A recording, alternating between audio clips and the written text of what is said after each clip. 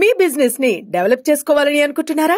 అయితే వెంటనే సంప్రదించవలసిన ఫోన్ నంబర్ 7729969299. తెలంగాణ ప్రభుత్వం నిన్న జరిగిన కేబినెట్ సమావేశంలో రైతు భరోసా 12,000 చొప్పున ఈ నెల 26 నుంచి ఇవ్వాలని నిర్ణయించడం పట్ల పిసిసి హర్షం ప్రకటిస్తా ఉంది.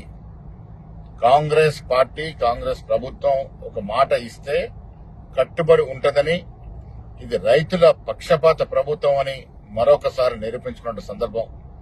ఈ సందర్భంగా రైతులకు అందించబోయే రైతు భరోసా కింద 12,000, అదేవిధంగా భూమి లేని రైతులకి రైతు కూలీలకు ఇచ్చేటటువంటి ఇందిరమ్మ ఆత్మీయ భరోసా కింద మరొక 12,000 ఎకరాకి ఇవ్వడం అనేది తెలంగాణ రాష్ట్ర చరిత్రలో ఇదొక మైలురాయి.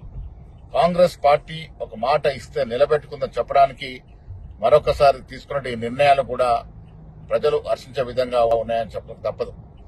ఈనాడు రాష్ట్రంలో టీఆర్ఎస్ ప్రభుత్వం ఆర్థిక విధ్వంసం సృష్టించి రాష్ట్ర ఖజానా గండికొట్టి దాదాపు 7.5 లక్షల కోట్ల అప్పులో కూర్చోపెట్టినప్పటికీ కూడా, ఇంత ఆర్థిక నిర్బంధం ఉన్నప్పుడు కూడా, ఇంత కష్ట నష్టాలకు ఓర్చి రేవంత్ రెడ్డి గారి ప్రభుత్వం రైతు భరోసా ఈ నెల 26 నుంచి విడుదల చేయడం అనేది హర్షించదగ్గ విషయం.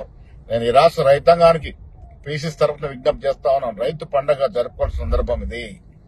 కాంగ్రెస్ పార్టీ ఇచ్చిన మాట ప్రకారం రైతులకు మేలు చేస్తా ఉంటే, రైతులు 10 ఏళ్లుగా నిలబెట్టిన ముంచి రాష్ట్రాన్ని అప్పుల పాలు చేసినటువంటి బీఆర్ఎస్ నాయకులు, ముఖ్యంగా కేటీఆర్ గారు, ఇది హర్షించాల్సింది పోయి విమర్శలు చేస్తా ఉన్నారు.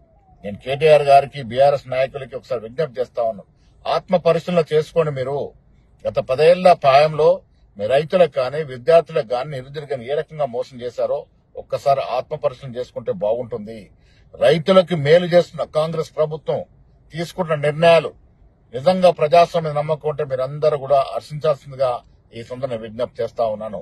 ప్రజాస్వామ్యంలో మంచి కార్యక్రమాలు చేసినప్పుడు కూడా మీరు హర్షించకుండా మీ సౌలభ్యం కోసం విమర్శలు చేయడం అనేది తగదు అనే మాట ఈ సందర్భంగా కేటీఆర్కి నేను విత్త పలుకుతా ఉన్నాను. తెలంగాణ ప్రభుత్వం నిన్న జరిగిన కేబినెట్ సమావేశంలో రైతు భరోసా 12,000 చొప్పున ఈ నెల 26 నుంచి ఇవ్వాలని నిర్ణయించడం పట్ల పిసిసి హర్షం ప్రకటిస్తా ఉంది. కాంగ్రెస్ పార్టీ కాంగ్రెస్ ప్రభుత్వం ఒక మాట ఇస్తే కట్టుబడి ఉంటదని, ఇది రైతుల పక్షపాత ప్రభుత్వం అని మరొకసారి నిరూపించుకున్న సందర్భం.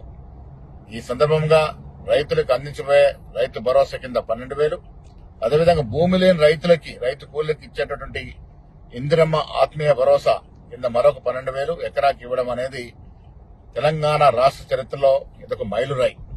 కాంగ్రెస్ పార్టీ ఒక మాట ఇస్తే నిలబెట్టుకుందని చెప్పడానికి మరొకసారి తీసుకున్న ఈ నిర్ణయాలు కూడా ప్రజలు హర్షించే విధంగా ఉన్నాయని చెప్పడం తప్పదు.